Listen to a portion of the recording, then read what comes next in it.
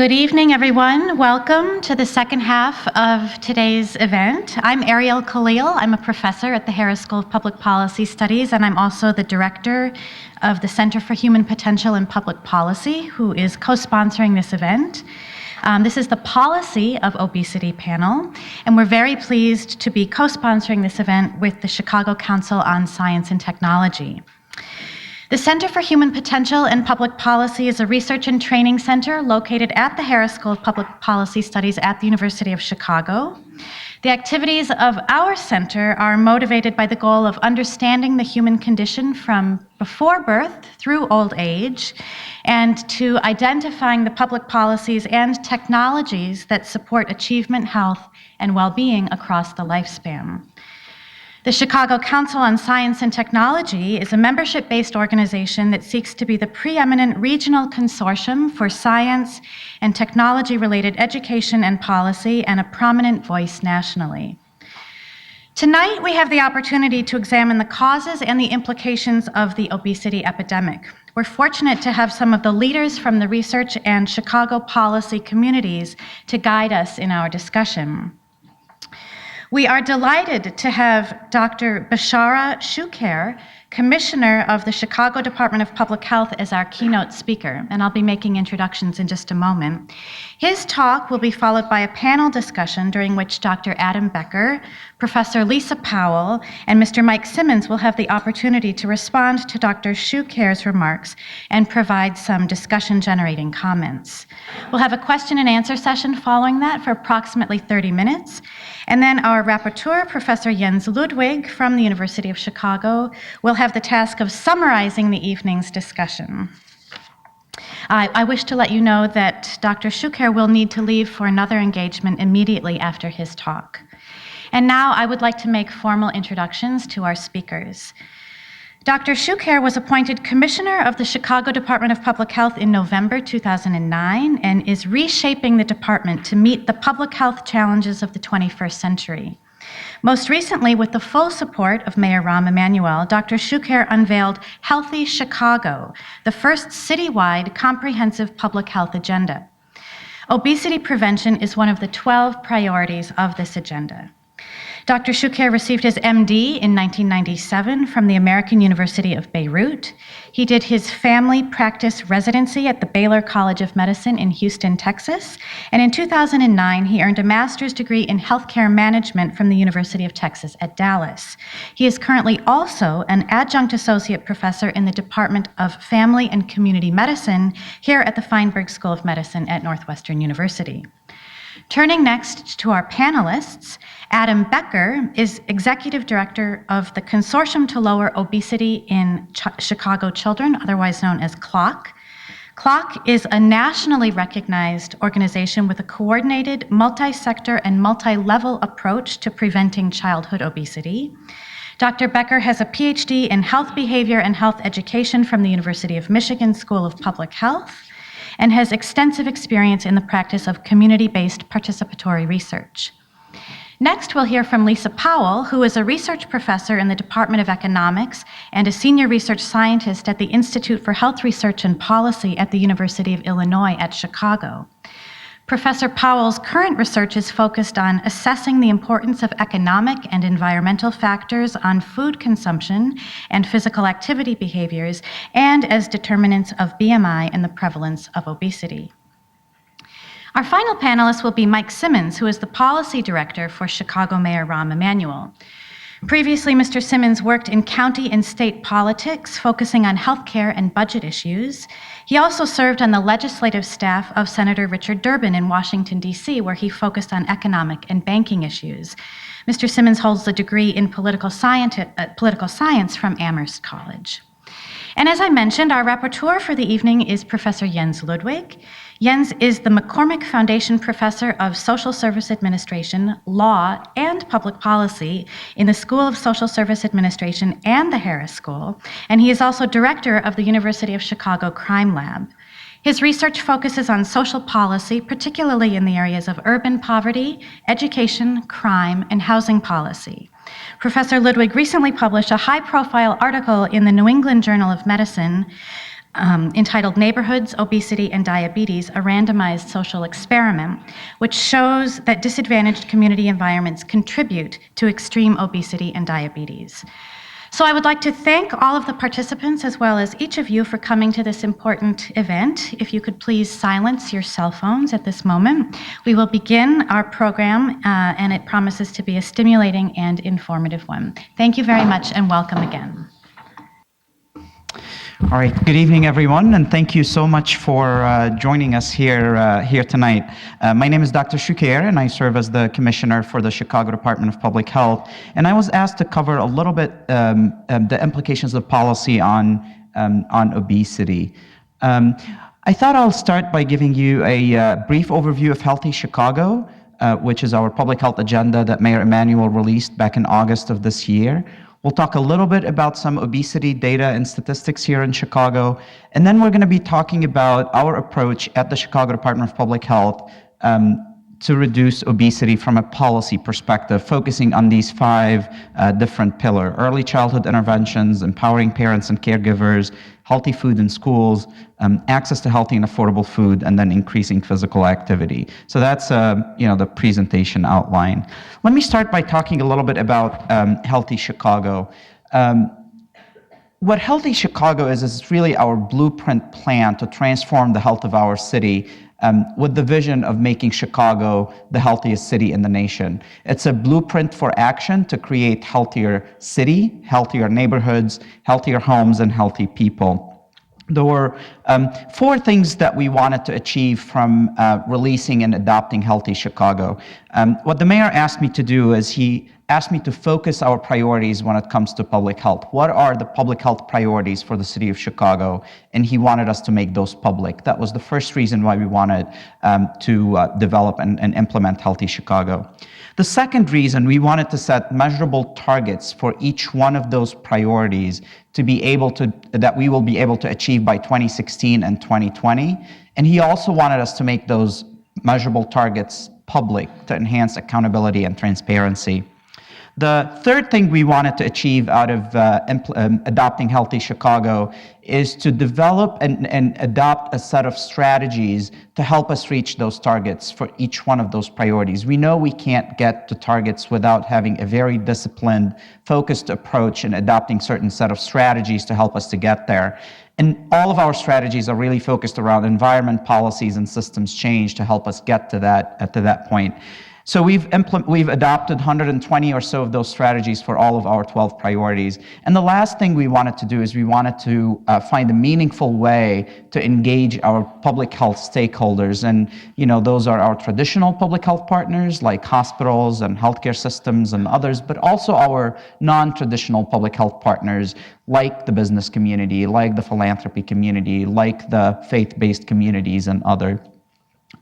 So when we were thinking about what does it take to actually get to a healthier city, it was really important that we focus on these 3 aspects, 3 types of strategies.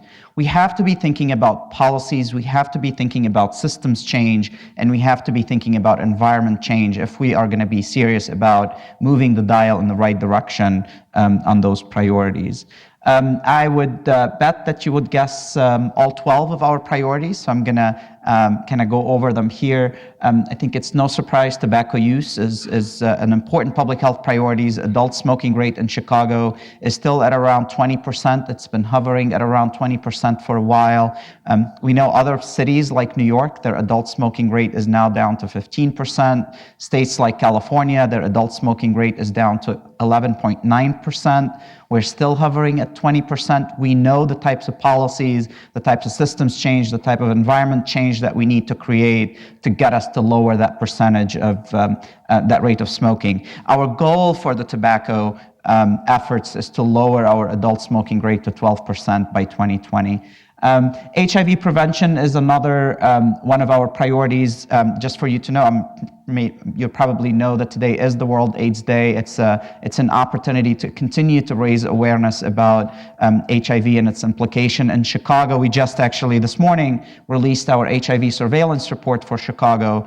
In Chicago today, there are 20,391 people living with HIV, and we estimate an additional 5,000 who have HIV who are not aware of their status. So it's really important that we continue to spread the message about the importance of HIV prevention. Adolescent health is another priority. We have seen a significant decrease in our teen pregnancy rates and teen birth rates in Chicago. But when you look at the racial and ethnic disparities, we are not doing as good of a job when it comes to Black and Hispanic girls as they give birth during adolescence. We're also focusing on cancer disparities with a specific use case around breast cancer disparities. Black women are less likely to get breast cancer, but in Chicago, they're almost twice as likely to die from breast cancer. We really need to rethink the way we ensure that Black women are getting access to screening mammography. We want to make sure that the actual quality of the mammogram that's being provided is appropriate. And we want to make sure that once a Black woman is diagnosed with breast cancer, the time it takes her to get into treatment is shortened. So a lot of efforts there. The rest of the priorities, again, it's a common sense public health priorities. So today I'm going to be focusing on obesity prevention. But before I get there, I tell everybody we've listed those 120 strategies that we'd want to be implementing along all of these priorities. We've set targets. It's really all about implementation. Now the hard work begins. Well, it began on August 16. So we have an aggressive approach within the Chicago Department of Public Health to make sure that we have enough synergy internally to implement those strategies. We work very closely with other city departments and with the mayor's office. I know Mike's going to be on the panel here a little bit later, joining us on the panel from the mayor's office. It's really important to continue to integrate the work that we do at a city government level, but it's also important that we integrate the work with what's happening in the community. A lot of the public health work is happening at the community level, and we'd want to make sure that there's enough synergy around that. This is a couple of examples here I wanted to highlight among the private-public partnership. Dr. Becker is going to be on the panel also. He's the executive director of CLOC, the Consortium to Lower Obesity in Chicago's Children. CDPA, the Chicago Department of Public Health, and CLOC partnered together back in 2006 to create the Interdepartmental Task Force on Childhood Obesity.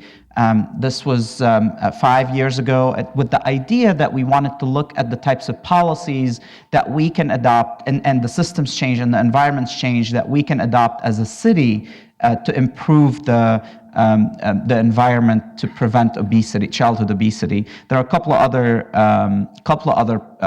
partnerships that we are very proud of. I'm sure Dr. Becker will be talking about healthy places. Let me take a moment here to talk about it from our perspective. This is our partnership with CLOC on adopting the types of policy systems and environmental change that we need to adopt as a city to deal with the obesity epidemic. We received last year a $5.8 million grant from the CDC to help us really identify those strategies and implement them over the next 2 years. Let's talk a little bit about some of our data.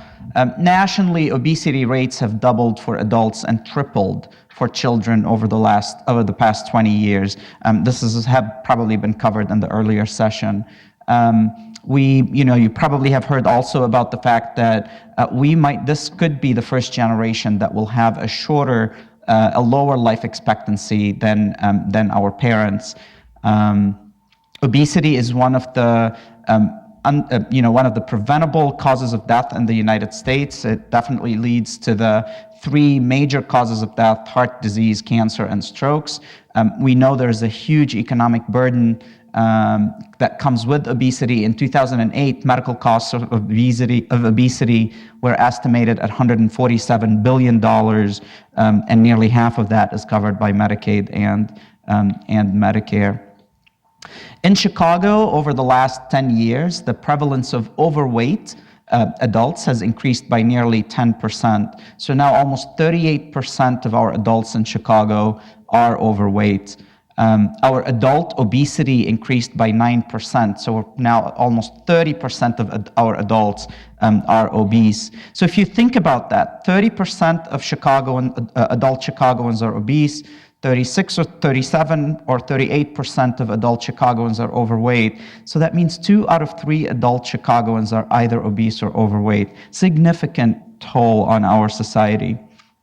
This is from the BERFIS data from the CDC. We track overweight and obesity prevalence. The last data we have, the 2009, we should soon be able to add the 2010 data. And then when you look at racial and ethnic disparities, you can clearly see that there's a disparity there that we need to be focused on as we think about the types of policies that we'd want to implement. This is for obesity. The previous slide was for overweight. Let's talk a little bit about pediatric obesity.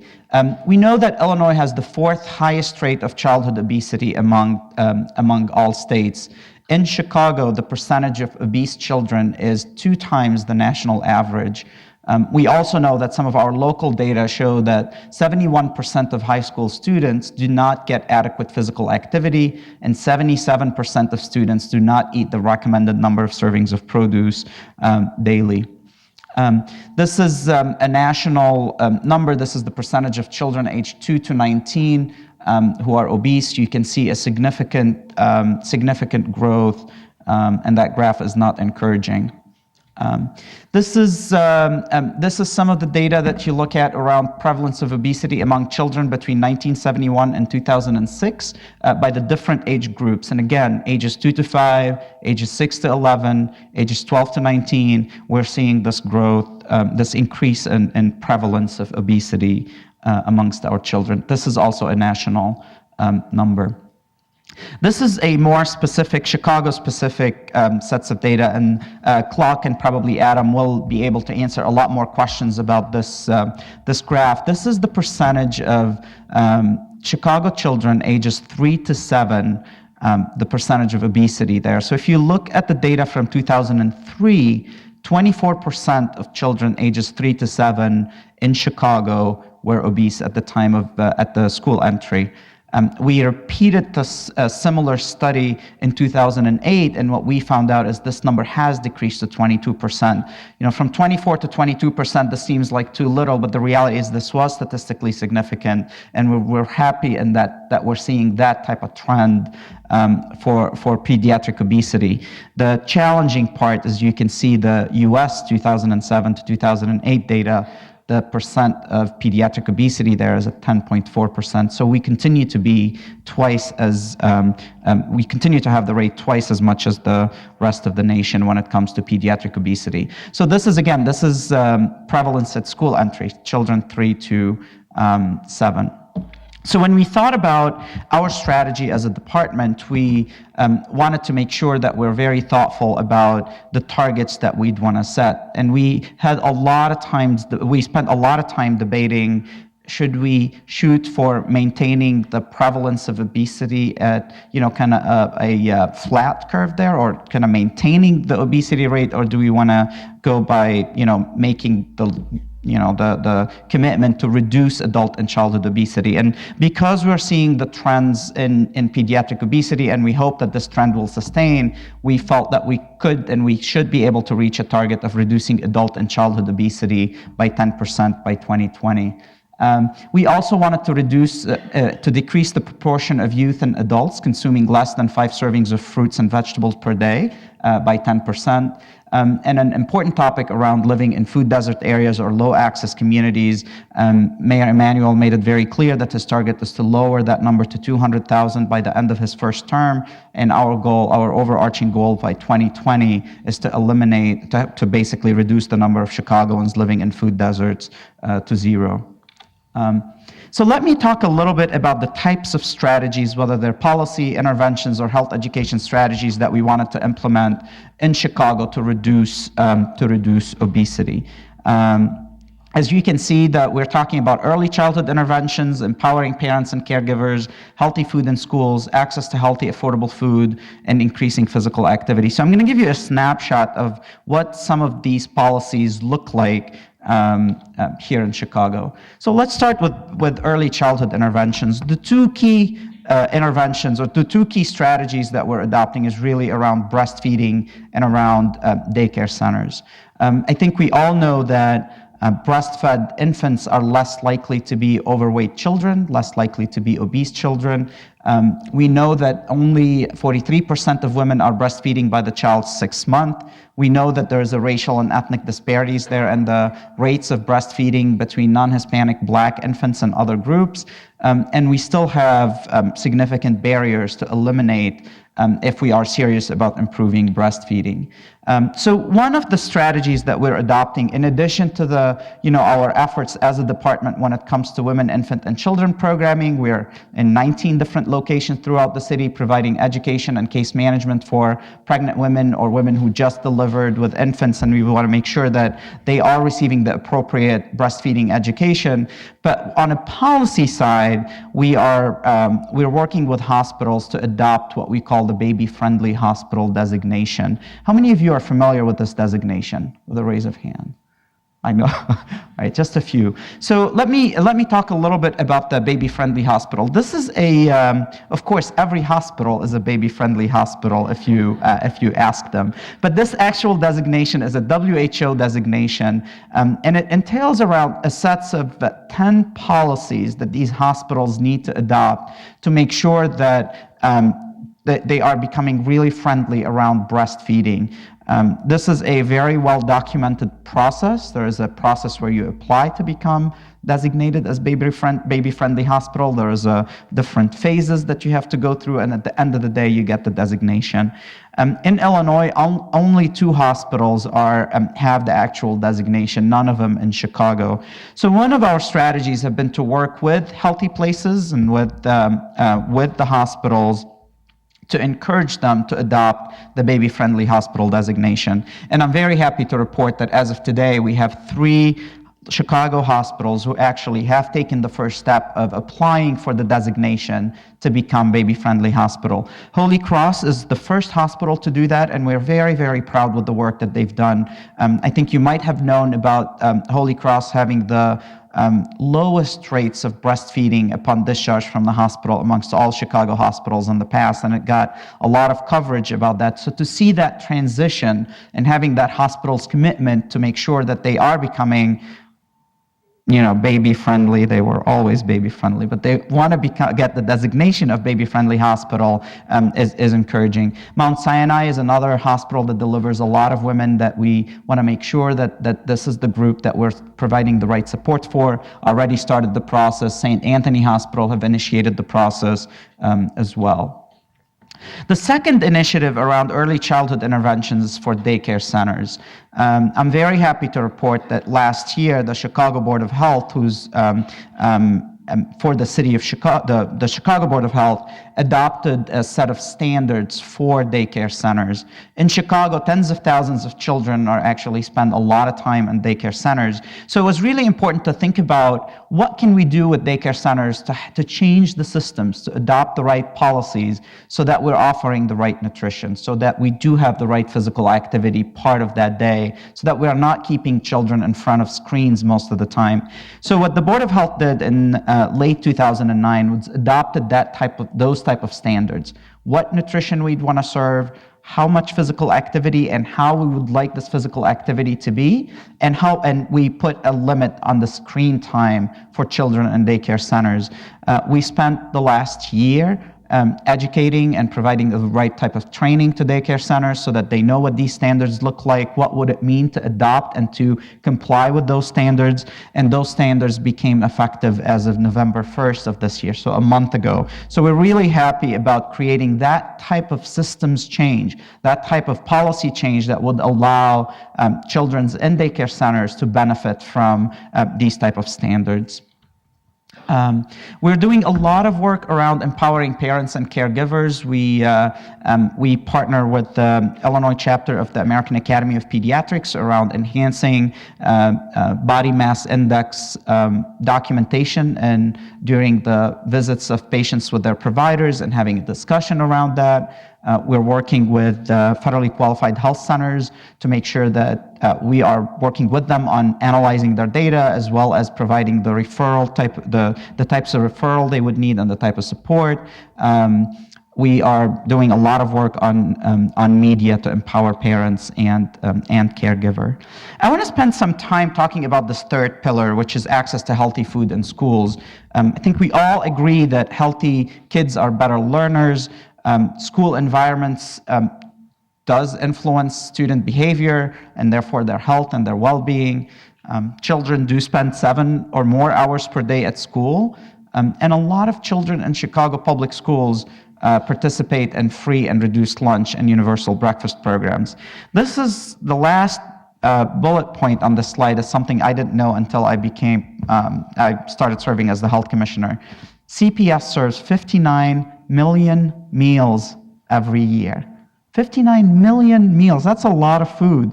So when we think about what are the type of policies, what are type of systems change that we can create in partnership with the schools, our focus has always been to make sure that we are encouraging that, and we're supporting healthier food and beverages options and choices at CPS. We're encouraging a healthier competitive food policy, and we're encouraging student garden expansion.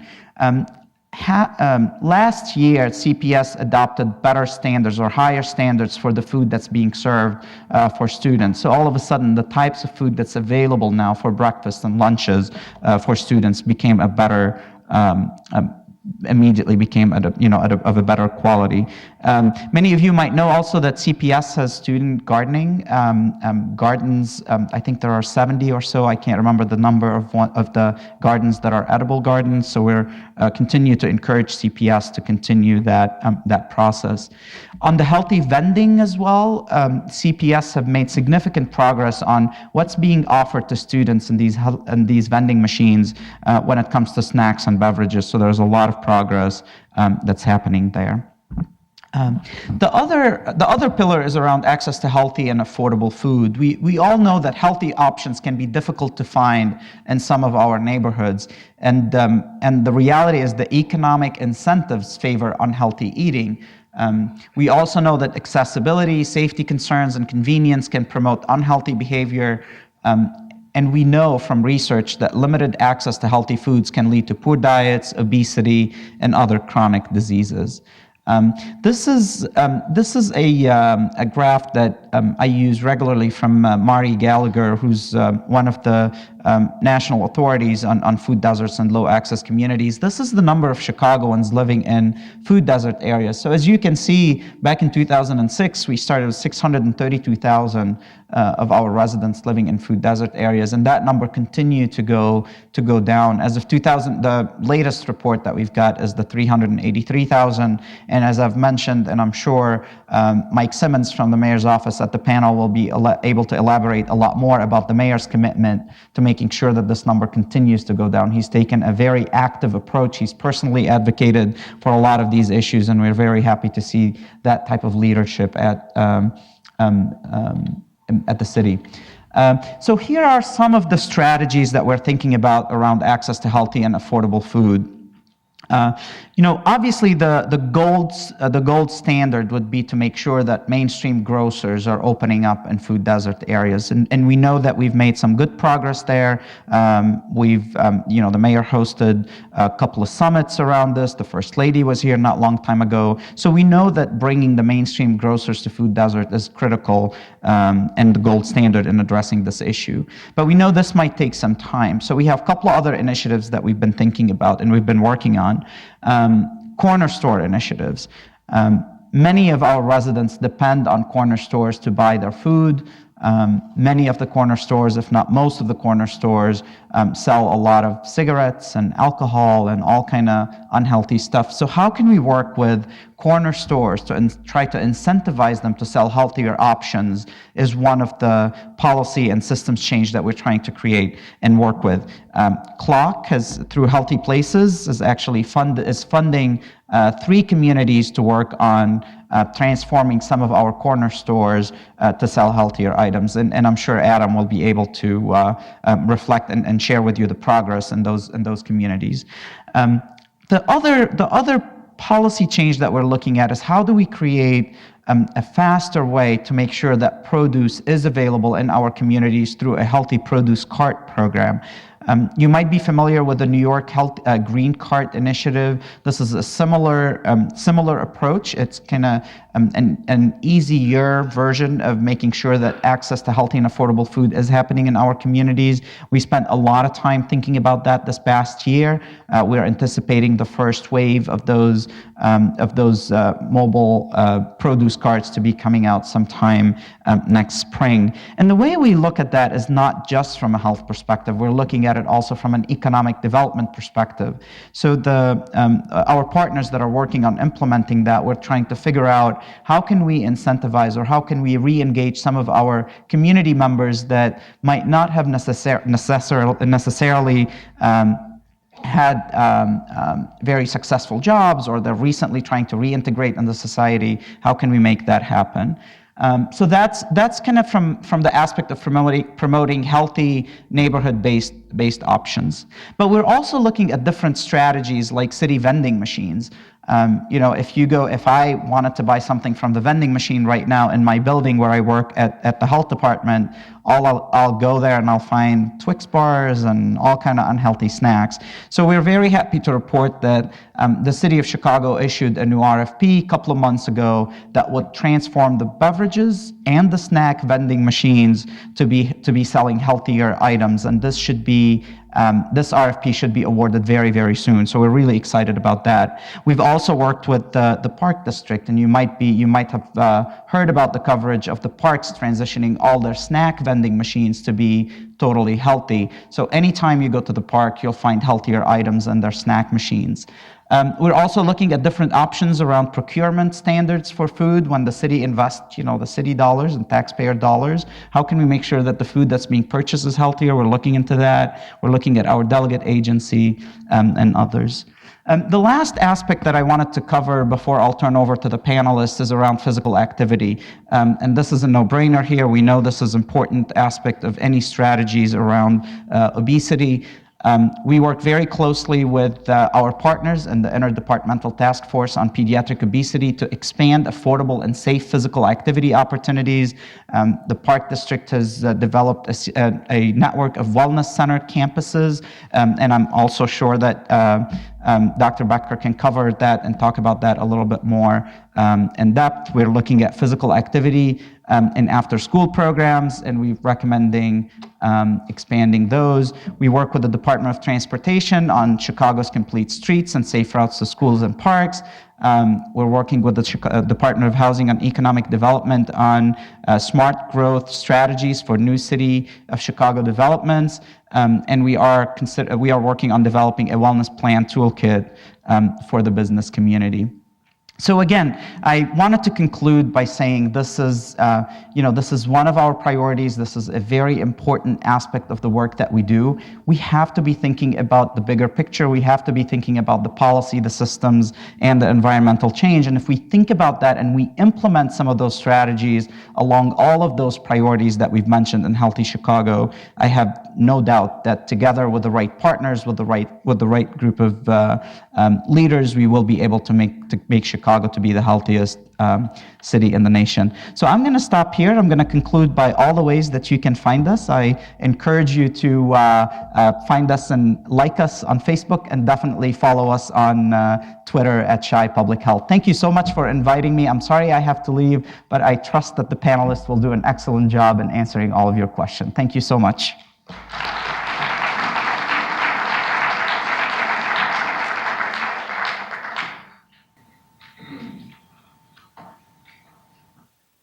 Thank you very much. It was a pleasure.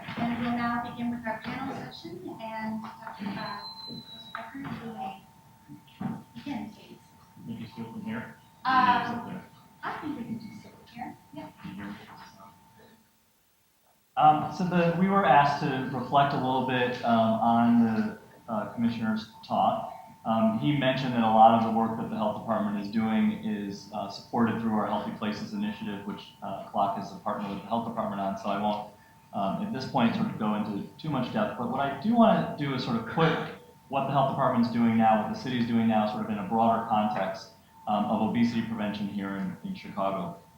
CLOC was formed 10 years ago. We'll be celebrating our 10th year starting next year. And one of the main reasons was because there really was a lack of city leadership on the issue of obesity at the time and a lack of coordination across the city. There were many, many organizations that were working on healthy eating and physical activity in Chicago neighborhoods and across the city, but not in a coordinated way. And there was no sort of public leadership on the issue. I think it's very clear from just the few minutes that you heard the commissioner speak, this really is a new day for public health in Chicago, and especially for obesity prevention. We have now a mayor who's extremely supportive of a variety of progressive initiatives to help us improve healthy eating and physical activity in the city. We have exciting leadership now at the health department, and really unprecedented collaboration across city agencies from departments that you wouldn't typically think about in terms of getting involved in obesity. For example, the Chicago Department of Transportation, the Department of Family and Support Services, the Police Department, in the interdepartmental task force that the commissioner mentioned, and I can talk about a little bit later if folks are interested. He mentioned the Healthy Places initiative, which really we're excited to see them adopt those specific strategies in healthy places as sort of the main elements of the Healthy Chicago agenda. This is federal funding from the U.S. Public Health and Prevention Fund, which is funded through the Affordable Care Act. And if folks follow the politics of Affordable Care Act, you know that this is funding that's extremely vulnerable. But it's not only an unprecedented local commitment to obesity prevention, it really is an unprecedented national commitment. And so we're seeing a lot of the benefits of that investment here locally through Healthy Places and other federally funded initiatives. Within Healthy Places, the focus, there are 50 communities across the country that have received what's called Communities Putting Prevention to Work funding from the CDC. Our Healthy Places initiative is one of those 50. The focus is on policy systems and environmental change. For those of you who were here for the last session, I came in at the very last point where one of the panelists was talking about how government is really slow to act on what science knows. I would actually argue that within the last 5 years, we've seen an extremely accelerated rate of federal investment in what research has told us in terms of the importance of policy systems and environmental change. So for decades and decades, we've been focusing on individual level strategies to educate people about the importance of eating healthy and being active, providing programming so that individuals can get healthy food or be physically active after school or after work and that kind of thing. Those things are important, but we've been working on them for decades. And as Dr. Choucair mentioned, the obesity rates are skyrocketing still. So really there's a shift nationally as well as locally to value the importance of policy systems and environmental change. And Healthy Places has a number of different objectives that all are focusing on transforming policy systems and environments. But we also know that policy in and of itself isn't enough. Those of you who work in public health and other social issues know that a good policy is only as good as its implementation. And we have an awful lot of really good policies that are sitting on shelves in offices around the state, around the country. And so it's important to couple policy change with action at the neighborhood level. And so the Healthy Places Initiative has 10 neighborhoods in Chicago that are actively engaged at the local level to make sure that people, and in particular people living in communities that experience disparities in obesity, get access to, get awareness about and then access to the policy changes that are happening at the city level. So really, what I want to encourage people to think about is the importance of the context that we're in and how this, what the commissioner just presented really is a complete shift in priority and in thinking for our city. And I think really exciting things are already happening and more exciting things will be coming because of this shift. Thank you very much. We'll hear next from Lisa Powell.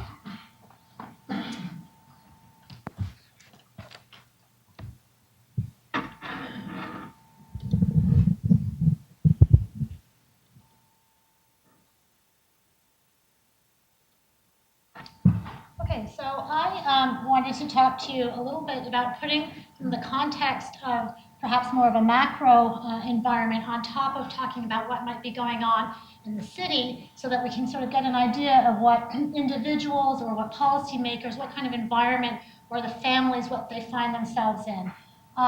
So part of this stems from some of the work that we're doing at University of Illinois Chicago, where we're looking at youth obesity, and that's what I'm going to focus on today. And particularly, I think this is important for Chicago because, as the commissioner pointed out, the youth obesity rates in Chicago are substantially higher than those in the rest of the country. And that is really worrisome since we know that obesity tracks into adulthood. So this city is going to be in a very bad place in several years to come if we don't start to reverse this at the younger age. Sorry.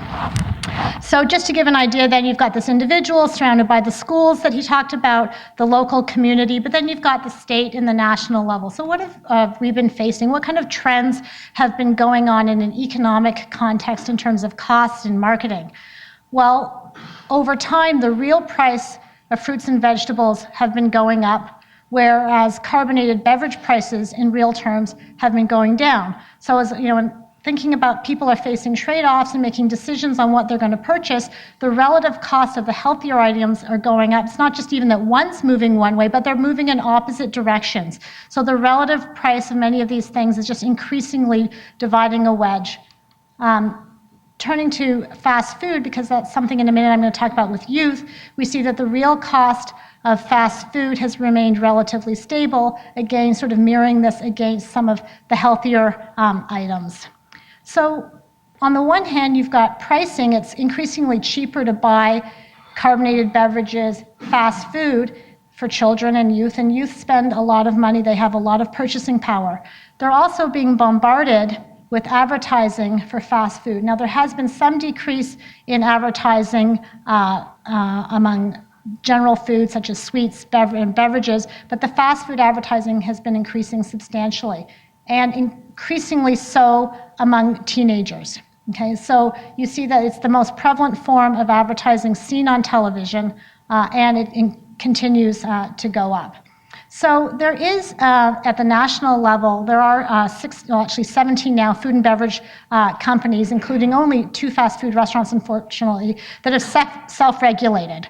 And so advertising has fallen, but what you see there is the green bars. We've assessed the nutritional content of every ad seen by children on television. And right now, almost 9 in 10 ads are for products that are either high in saturated fat, sugar, or sodium. So children continue to see food on television that are essentially for unhealthy products. At the same time, this is a study looking at fast food restaurants in and around middle schools and high schools. They engage in a lot of exterior promotion to draw people in, and a lot of price promotions because they know that adolescents are going to be price sensitive. I'm going to talk a little bit about that. And we're finding that this price promotion is going on to a greater extent in low-income neighborhoods and in areas with higher proportions of Black population and Latino populations. So just to give you, I'm going to just talk about 2 types of consumption patterns, soda and fast food. Youths consume, 12 to 19-year-olds consume about 300 calories on average daily. That's across everyone. So imagine there's many who don't consume, okay? 200 of those calories are just from soda alone.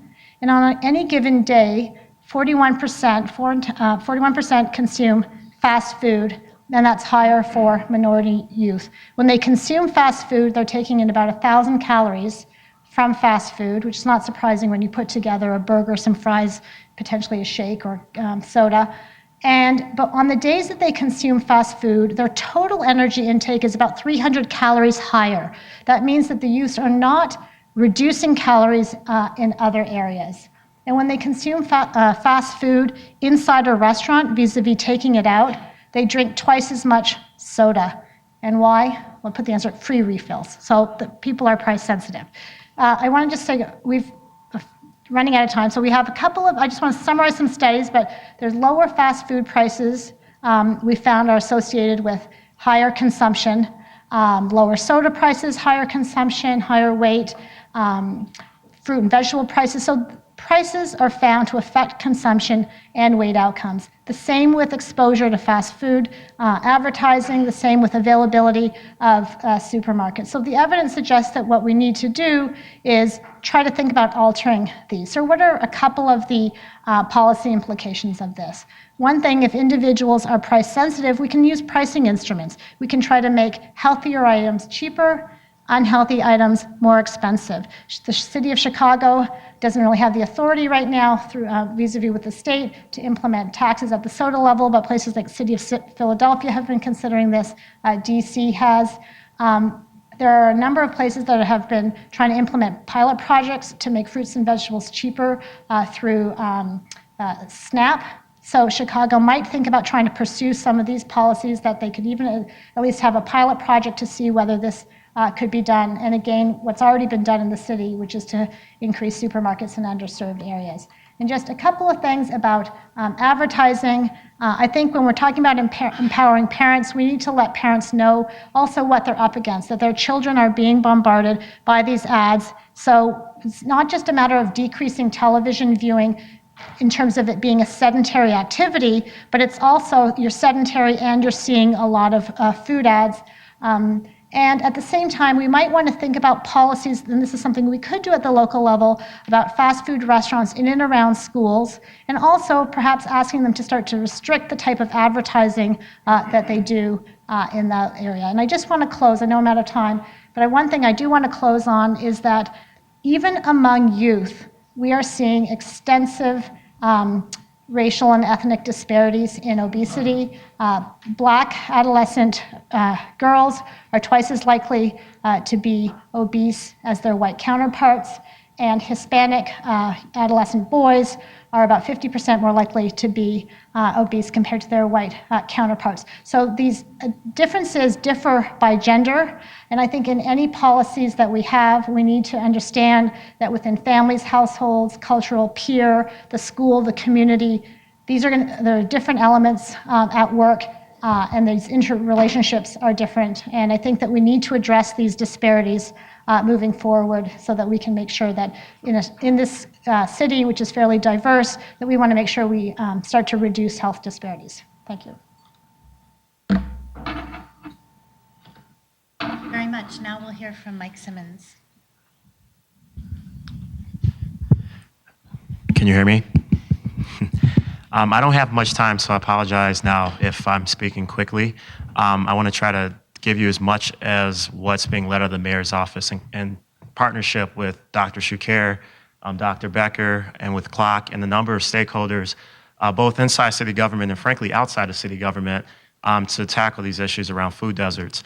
The mayor actually started talking about this issue when he was a candidate. He'd spoken to a family that lived in the South Chicago neighborhood that complained of having to drive 8 miles away to get to the nearest grocery store that sold organic food, and I believe that was a Whole Foods on Roosevelt Road.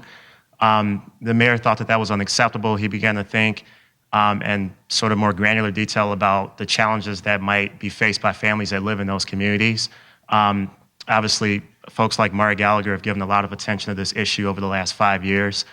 We've got a pretty good body of research, both in the academic community. University of Chicago students have looked at this issue for the last few years. I've looked at those reports, examining such things as what do community members feel about traditional grocery stores versus non-traditional venues. Also, the University of Illinois looked at the community of Inglewood and talked one-on-one with people who lived in the food deserts that overlap with Inglewood, and heard directly from that community about how they feel about local food venues such as convenience stores, grocery stores, the distance that they have to go to get to those grocery stores, in some instances taking 2 or 3 buses to get to the nearest place that sells any food, let alone fresh produce. So when the mayor took office, the first thing he did is he convened the CEOs of 6 major national grocery chains and began a frank conversation with them. And the conversation was basically anchored on, what are you doing to build grocery stores not just in prosperous communities, but in communities that have been seriously disinvested, not just anytime recently, but for decades. What are you doing to build in those communities, and what can we do to kind of move the needle so that not only are we just putting a grocery store in the middle of a so-called food desert, but we're actually doing it in a way that will have some real public health implications. So, that summit, that's what we've been calling it, happened in June. Mayor reconvened them in October, along with a number of nonprofit partners who are also engaged in the issue around food accessibility and healthy food, and basically asked them to submit plans. What are you going to be doing over the next year or two to address this issue? We got a number of commitments from grocery stores, but we took it a step further. We're not going to move the needle on food deserts if we don't do it and Dr. Choucair gets this, Dr. Becker gets it, the First Lady gets it. There has to be a comprehensive, well-choreographed, smart strategy around how to do all the different various pieces. Otherwise, you'll just have a lot of isolated one-off activity that won't have a real collective result for the people that we need to serve.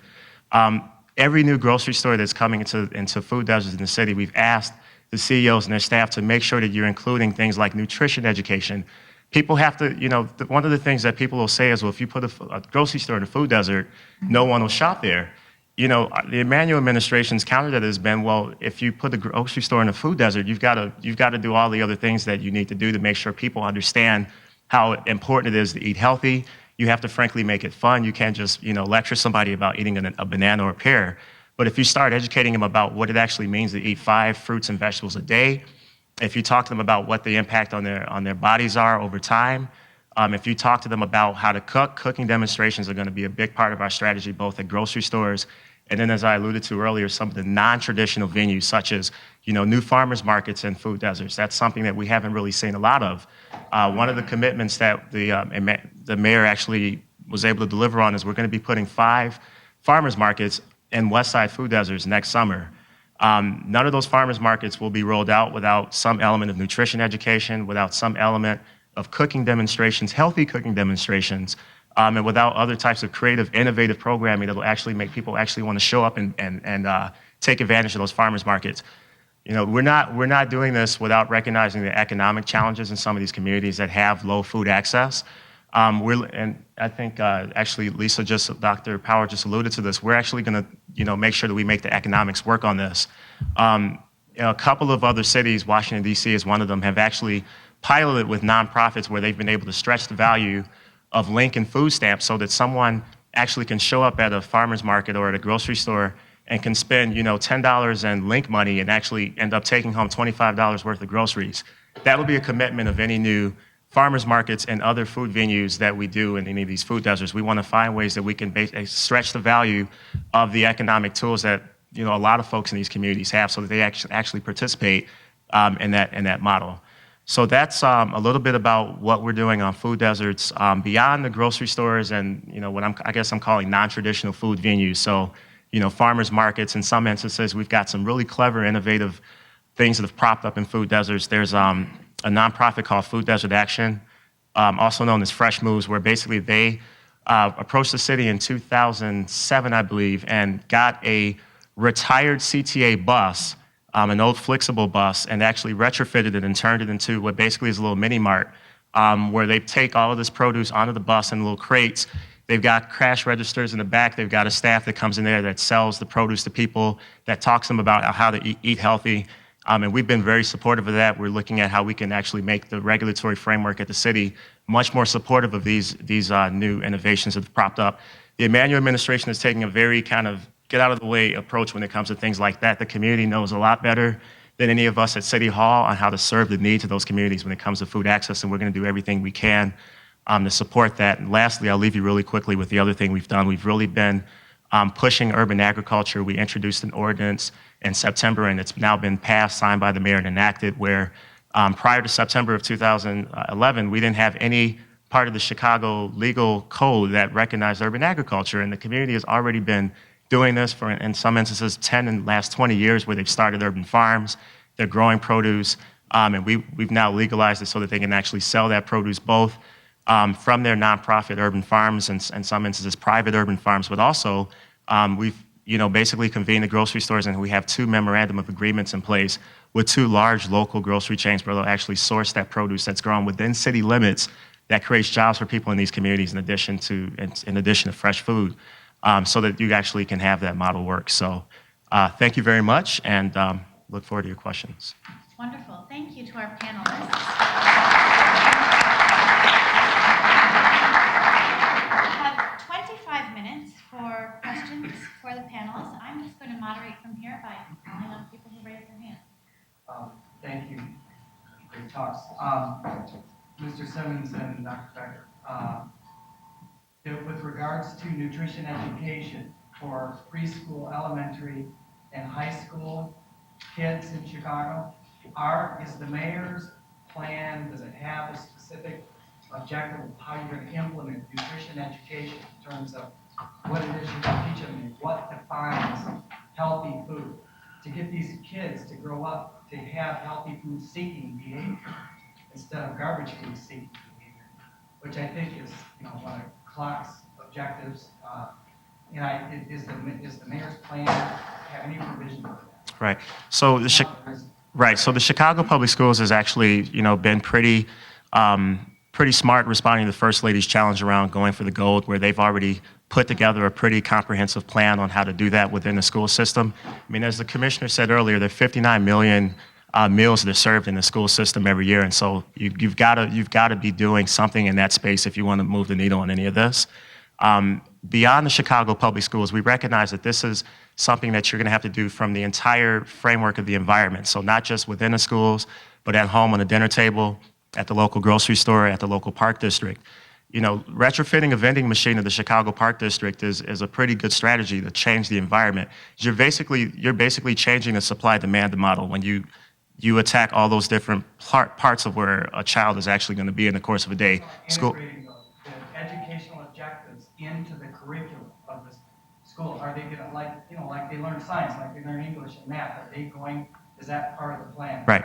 So I'm not from the Chicago Public Schools, so I don't know what the curriculum plans are in that area, and then we can make sure that that's a follow-up discussion. But what I will say is that we definitely understand that you've got to do this from every single angle of where a child is going to be. Nutrition education can happen both inside of the classroom and outside of the classroom. One of the things that we have right now are school gardens where kids actually are engaged in the first steps, which is actually seeing produce being grown, actually seeing agriculture happening, and actually thinking about where food is from A to Z before it ends up on their plate.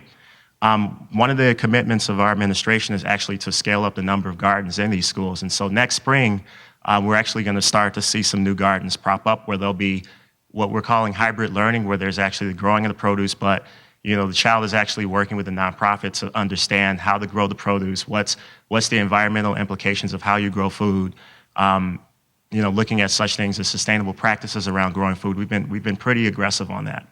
And so I would say to expect a drumbeat in that area.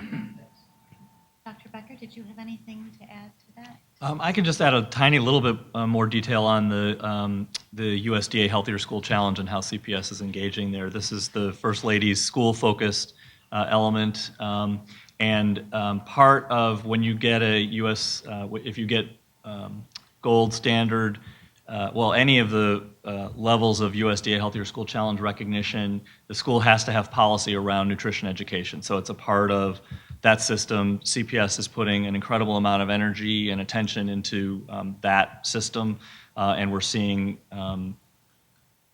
many schools across the city, and every year more schools that are competing successfully for that. So I think it's under control, and they're doing a pretty good job. A little bit more on that topic and the education piece. There was a day when kids took a home economic course in usually middle school, but also in high school. And so you grew up, if you didn't learn how to cook at home by scratch, you could at least have an opportunity to learn that in school. And a conversation I was having a little bit earlier today, but it's been a conversation that's been going on in a variety of venues, is that we can teach kids to grow food and we can teach kids how to shop, but we don't really do a good job of teaching them what to do with the food once they get at home. And then we end up with a situation where it's a packaged meal that they end up purchasing, or they do go out and purchase foods that are ready made. So as part of the implementation, or thinking about Chicago Public Schools, and I realize that none of you are from CPS, but there's also that additional component. The nutrition education doesn't always include how to prepare foods and how to prepare them economically. I'm not going to answer in terms of what's happening necessarily in that kind of education around the city, because it's very hard to centralize that. It's hard to centralize it within the CPS, within the district, which is because of school reform. There's a lot of decentralization there, et cetera. But I think what's really important to remember is that for centuries, we've been, as a nation, putting a ton of energy and investment into these individual level educational kinds of programs, and they're clearly not working. They're working for those kids, for some of those kids who get engaged at that level. I think what's happening now is there's a recognition nationally, and you're hearing this echoed locally, that we have to layer on top of individually focused education kinds of programs and activities these system changes and policy and environmental changes. So we can teach kids the importance of healthy food, we can teach them where food comes from, we can teach them how to prepare healthy meals, and we do see that those things make an individual level difference in kids. But when they go home to communities where the food that they've been learning about is impossible to find and impossible to afford, you're setting kids and then eventually families up for failure. And that's what's been happening in this country for centuries. And that's one of the reasons why we have this burgeoning obesity epidemic. So nobody's stopping doing this individual level work, but what you're seeing now is many, at multiple levels across the nation, people are finally starting to really focus on policy, systems, and environmental change, so that the individual level work we're doing is now embedded in these broader systems and environmental changes, where now what kids learn they can actually practice at home because there's better access to healthy food and that kind of thing. That said, there are all kinds of other constraints on how a family eats and what a family eats beyond just what's affordable and accessible. So they're very complex problems. But I just want to challenge us, and I think the city is challenging us, to move beyond the paradigm of focusing on individual kids and individual families and starting to embed that in these broader contextual changes. Here in the front, and then here, and then I think. Would you like to answer your question? Because I know you had your hand up before. Ask your question. A couple of questions. One is directed to you all. And that is, are you aware of any programs that counties?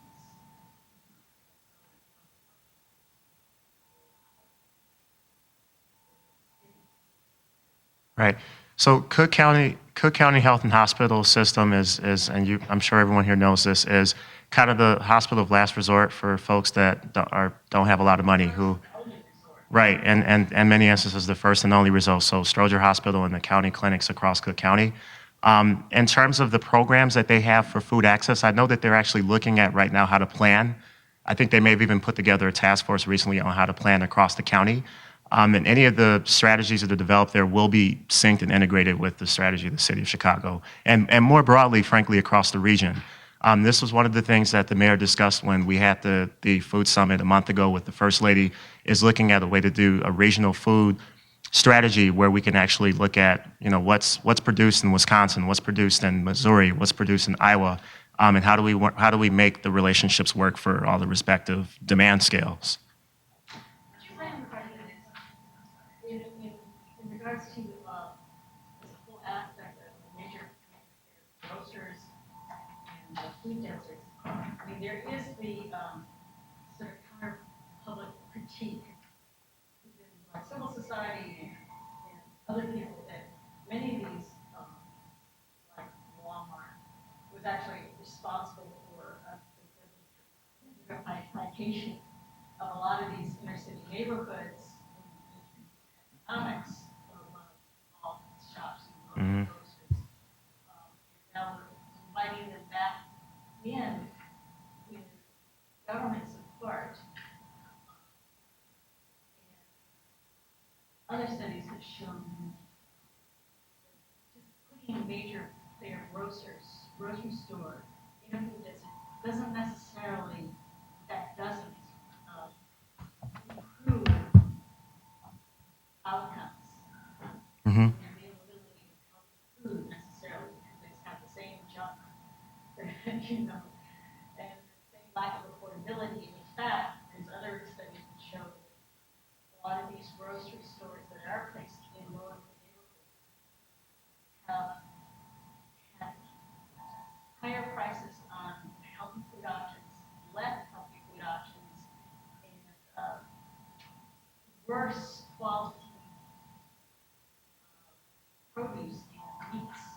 Mm-hmm. There's a report called Last Up Truck. Right. So I think that's an important question, and it merits an honest answer.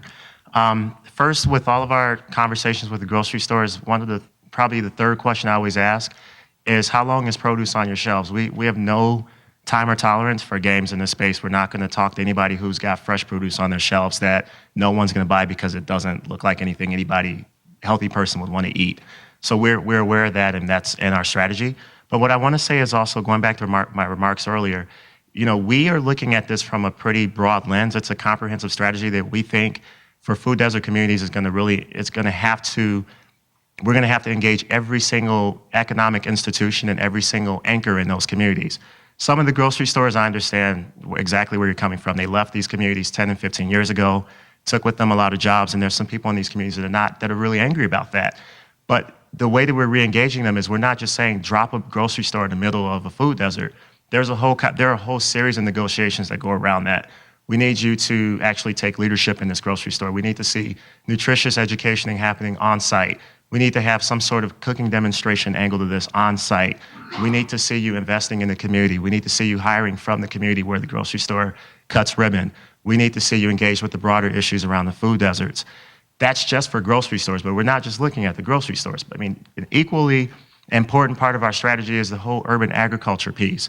Grocery stores are going to be sourcing locally, and not just that, but we're also making sure that the urban farms are sourcing to our local restaurants, and eventually our local farmers markets as well. And the third part of the strategy is we're looking at all of the clever, innovative entrepreneurs that are cropping up in some of these communities and saying, we don't think grocery stores are the answer. We want to do our own food purveyorship, and we've been really supportive of that. The mayor loves it when people come up with clever, innovative responses to public policy challenges, and we are right there ready to support them. Would either one of you like to remark on this question also? Sure, I'll just add something on the pricing side when you're talking about if the stores don't have adequate supply. But you got to think about too, if there's not demand, if there's not demand because the price is at a threshold that people can't afford, if you have some kind of mechanism that you can start to bring those prices down and increase demand, and then people's preferences start to change because they become accustomed to eating more of those foods, then the food that's on the shelf isn't going to necessarily go bad, because when there's more demand, there's more turnover, so it doesn't sit around. So I think it's a combination of the fact of, yes, you got to put it there, but when you're talking about access, it's access and affordability. So if something's there and it's too expensive, then yes, it's going to sit there and spoil because people can't purchase it. But if someone could go in and use their money from Link, and it's just linked to their the UPC code, and when they swipe through, they actually find that they get a 50% subsidy on the item. I think that you're going to start to find changes. I mean, the models that we've run suggest that there's definite price sensitivity on all of these food items, and it works the same way. I mean, for fast food restaurants, it's not that the fast food restaurant is there in the models we find, it's that the fast food prices are low. Adolescents are eating there because they can go in and for very few dollars buy thousands of calories. So and I think we've really got to think about combining the access and the affordability together. Just a little bit more about the really sort of the comprehensive way that through Healthy Places, the city is thinking about food access. And Mike alluded to some of the elements here. Obviously, the work with grocery stores can happen quickly. It's a big media item. It's easy for people to see and easy to talk about. But there are other elements of what we're doing on food access that are harder to talk about. They're less visible. They're less perhaps sexy, but they're still really important. So the Department of Housing and Economic Development, the Department of Family and Support Services, and under leadership of the Chicago Department of Public Health through the Healthy Places Initiative, is working on a food space plan for the city, and there's actually community engagement meetings that happen. We had one in July, one in October. We have another series happening on Monday, December 5th. You can go to healthyplaceschicago.net to see where these things are happening. But there's a whole group of advocates and city government agency staff that are coming together to talk about a food plan for the city that really looks at everything from production to consumption. So there's production of food in and around the city, distribution of food in and around the city through retail and other mechanisms, processing of food in and around the city, and then consumer education and consumption, and even post-consumption, so recycling and that kind of waste from food. So there really is, I think, again, sort of a very thorough, comprehensive approach that's happening, but a lot of those elements are just harder to talk about, and they don't make it into the news until sort of concrete objectives have been met. But I think you'll see over time more and more of these sort of comprehensive approaches are happening, and I really do believe that the city sees this as a layered thing, and that different parts of city government are taking leadership on different aspects of this and engaging the advocacy community as well as the research community. There's a measurement group I failed to mention as well that's looking at how the city measures food access.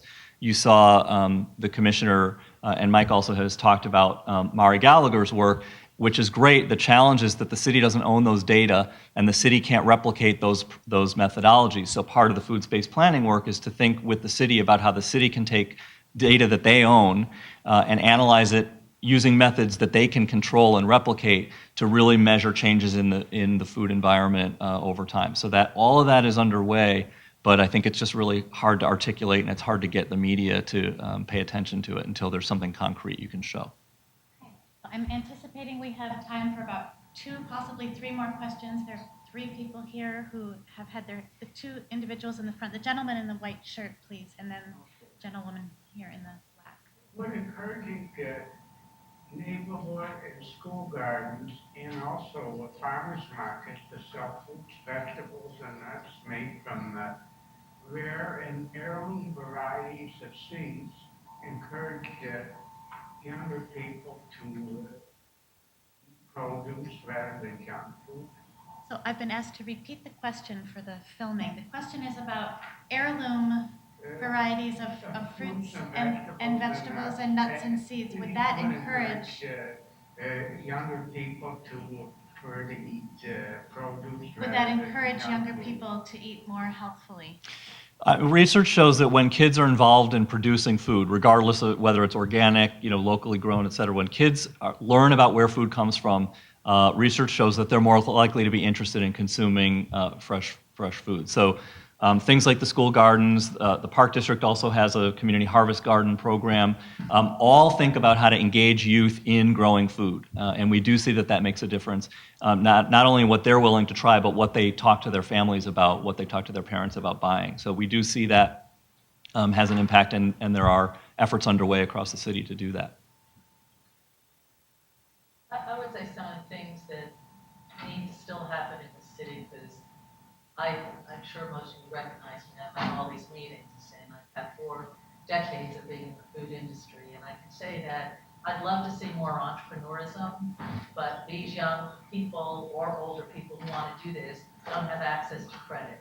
So for every great idea we have barriers and challenges that we're not looking at. So access to capital means if you don't have it, you can't, do it. I would say we already have grocery stores and food deserts. Aldi's is a great example. Inexpensive produce, but if you go in those stores, which I do all the time, and look at consumers, their carts are filled with other foods because they don't know what to do with it. And I know they don't, because I'll fill mine with produce, and they're all like, what do you do with this? It's because they don't have the education, and it's not education about nutrition. We have made nutrition so incredibly complicated in this world, what to understand and know. I think we got to get back to focusing just how to put food on the table and prepare it in easy, affordable, accessible. And I don't think we're doing that kind of education and training, which the gentleman is talking about. And part of that reason is in the public school systems, as one example, we have less than 3 hours of nutrition education happening with these kids without any practical application. You do need facilities, and so we have to look at that and say, you have to have hands-on experience. It's like telling someone you can become an athlete by watching a sports event. You can't learn the healthiness, the preparation, all the other things without application to this. And we need facilities, but I don't know where the budget's going to come from. So for each of the things we're talking about in strategies, we have to look at the barriers and challenges to this and work together to do it. Because I know I've been attending these meetings for 3 or 4 years now, and we're still, I believe, very much at the same place. So as much as the interest keeps happening, I think we really have to have, address these strategies to how do we complement things that need to be done. So if you're going to do health and wellness or cooking or healthy, whatever you want to do, meal planning, how are we going to do that? What are the facilities and what is it going to cost us to do that so we can start implementing? Or with healthy places and trying to do things in these neighborhoods, what's the accessibility and knowledge? Because just because you want to put things into grocery stores and perishables, I can tell you that's a very hard business to do with shrink and everything else. There needs to be knowledge, education. Most of our budgets and grants do not provide for it. They provide for more equipment, they provide for studies, they provide for economic policy. They do not provide for training. That's an important question. So the Food Space Planning Committee is supposed to put together recommendations, I believe, in April. One of our top priorities there is figuring out a strategy for how we work with corner stores and convenience stores that are really kind of where you see a lot of the food retail and so-called food deserts. We're going to figure out through the clock grant how they actually approach convenience store owners, because they're not, let's face it, they're not going to get up and come to City Hall and ask, what capital was there for me to sell healthy food. So we're looking at that particular piece of it, but also in terms of supporting the entrepreneurship, I mean, we really have a number of job training programs that are subsidized by the city for this very purpose. And we're taking a pretty aggressive approach right now and finding out where the entrepreneurial talent is around food access and making sure that we don't sit and wait for them to come to City Hall, but we actually figure out via the nonprofits, via the advocacy organizations, faith leaders, frankly, local neighborhood institutions, how you reach them, how you communicate with them, and how you get them on board. Thank you. There's one more time for one more question. I'm going to turn the floor over to the gentleman in the coat. I have a question. It really is a public policy question regarding something that hasn't been mentioned at all, but I think it fits in the domain of your responsibility and involvement. And it has to do with the economic motivation on an individual, personal level to change behavior. And the thought goes like this, leading to the question. Clearly, obesity results in unhealthy conditions that require medical care, treatment, etc., and that translates into increased costs of medical care. There are many families that obtain their health insurance as employees of the city. And it seems to me if those people faced a premium imposed on their health care insurance for obesity, there would be motivation to change behavior. And I don't know if something like this is not discussed, considered, maybe it has. The city has actually already implemented as of a couple of months ago a wellness policy for city employees. What is the policy? The policy will incentivize all city employees to basically get regular checkups, to live healthy, to deal with the follow-up that comes with the diagnosis of pre-hypertension or pre-obesity, or all of the things that actually lead to poor health and cost a lot of money on the part of the health system to fix. And if their behavior is such that it results in those conditions, will they have to pay more for their health insurance? I think that's being looked at right now. Good. There are actually, let's put it this way. I didn't write the wellness policy, so I don't want to talk in detail. I don't know, but what it does is it definitely incentivizes healthy behavior through the cost models around the insurance model. I don't know if it's a fee or if they're incentivizing you through cheaper rates, but that's definitely built into the wellness policy. I'll watch the newspaper. Yeah, it's being done in other places as well. I mean, Alabama has done it where essentially it's the reverse. Instead of charging you more, they charge everyone more, and then they give you a discount if your BMI goes down, right? So you don't want to be seen as charging people more. So the price is high, and then if your BMI, and a number of private companies are starting this as well. It's not and I expect that people will respond because they do respond to incentives. Thank you very much to our panelists.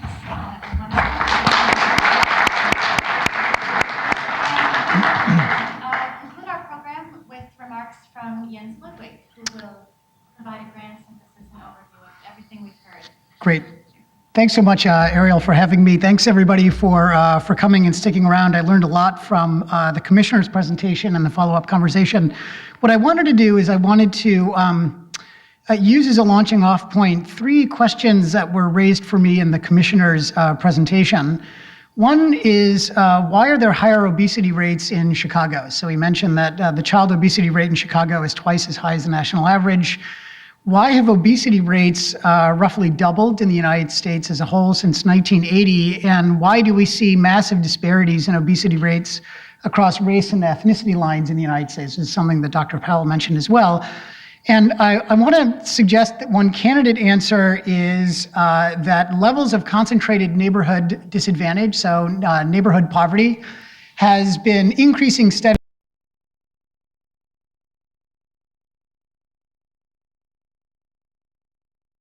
England Journal of Medicine that Ariel mentioned that looked at what happened to health outcomes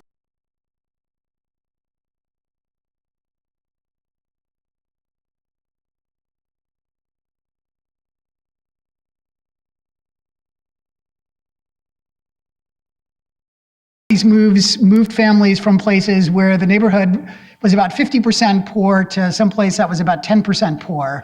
That's about a 3 standard deviation change in the national neighborhood poverty rate. And the effects on obesity prevalence, or on extreme obesity prevalence from making that sort of move was on the order of 40%.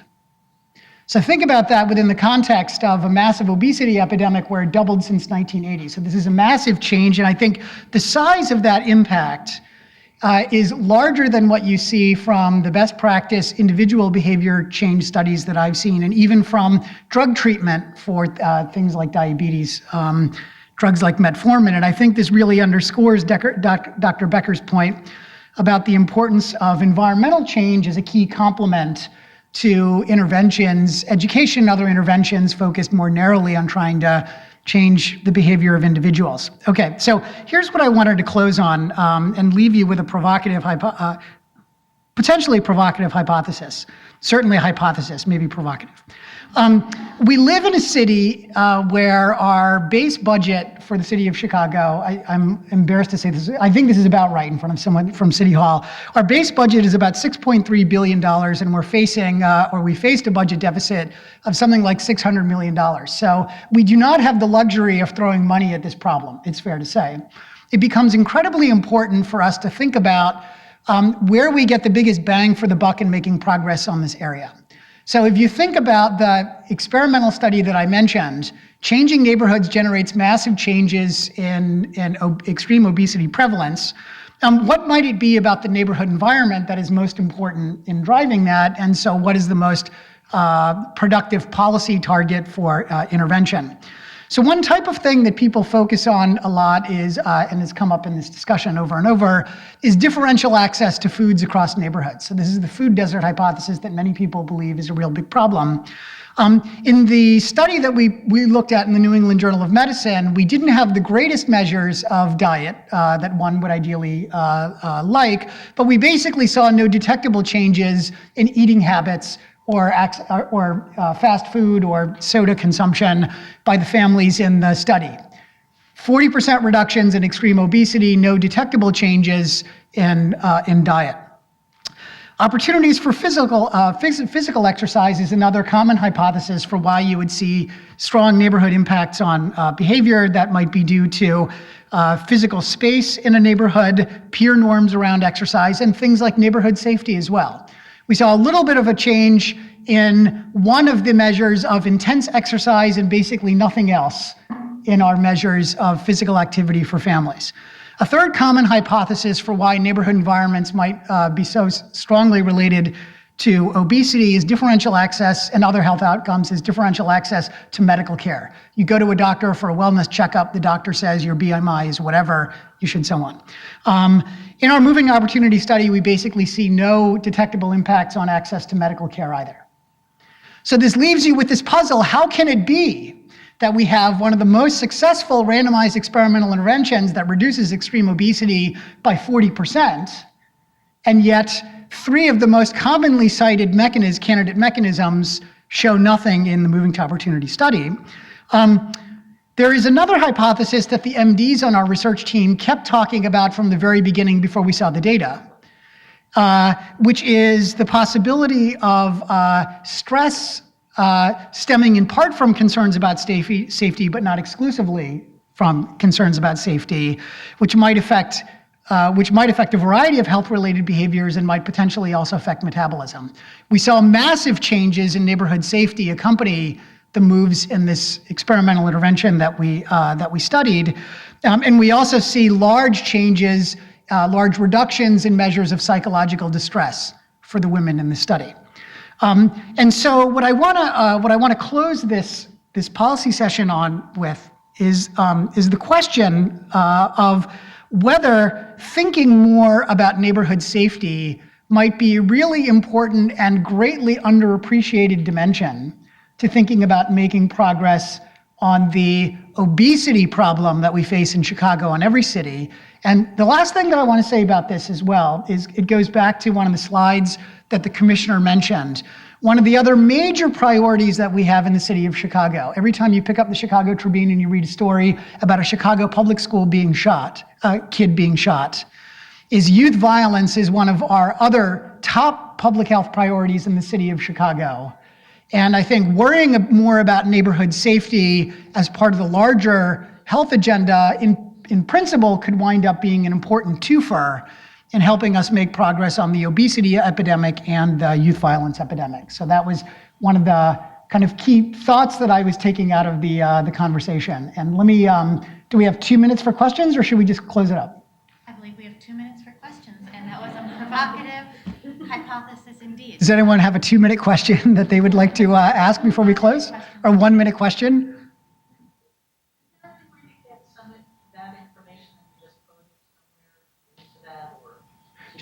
Sure. If you just go to my website at the University of Chicago Harris School, I'm Jens Ludwig, and I'm happy to send you a copy of our New England Journal of Medicine paper and all the follow-up material about the mechanisms. And I can also say now that this entire program will be available on the websites of both of our institutions. So if you check back to the Harris School, the Center for Human Potential and Public Policy, we'll have the broadcast up, and there will be a miniature version on YouTube as well. Can I ask you one question about neighborhood safety? Sure. Is there some specific thing to talk to Dr. Becker about, to talk to Mr. Simmons about, to suggest to the mayor an effective means of making a neighborhood or a school safer? I mean, sure. We know the answer. So the mayor was already pushing for the answer that I would give. The most easily scaled public safety intervention is hiring more cops and putting them into high crime neighborhoods. That police departments are very good at hiring more police. They know how to do that. This is a very easily scalable intervention. We have lots of experimental evidence that shows us that that's going to reduce crime. The mayor had already made that a key priority, and I think going even further in that direction could wind up doing surprising duty on these other public health problems that the city's worried about. I should also just really quickly say that 2 days ago we actually announced the CompStat program where we're actually looking at when crimes actually happen around schools and the factors that went into the crimes and actually being able to predict when crimes may happen in key areas and key beats in cities and parts of the city that face pretty high instances of violence. So yes, it's putting more police on the beat, but we've also got a pretty coordinated strategy around how to predict crime and actually have police officers ready to deal with it before it happens. Can I just add two really promising developments in how people think about the intersection between safety and health, obesity. The police department, I think I mentioned, is one of the 12 city agencies that sits on the Interdepartmental Task Force for Childhood Obesity. So they're in the conversation about obesity, not because of stress and metabolism, but because of issues around safety and access to parks and walking and biking.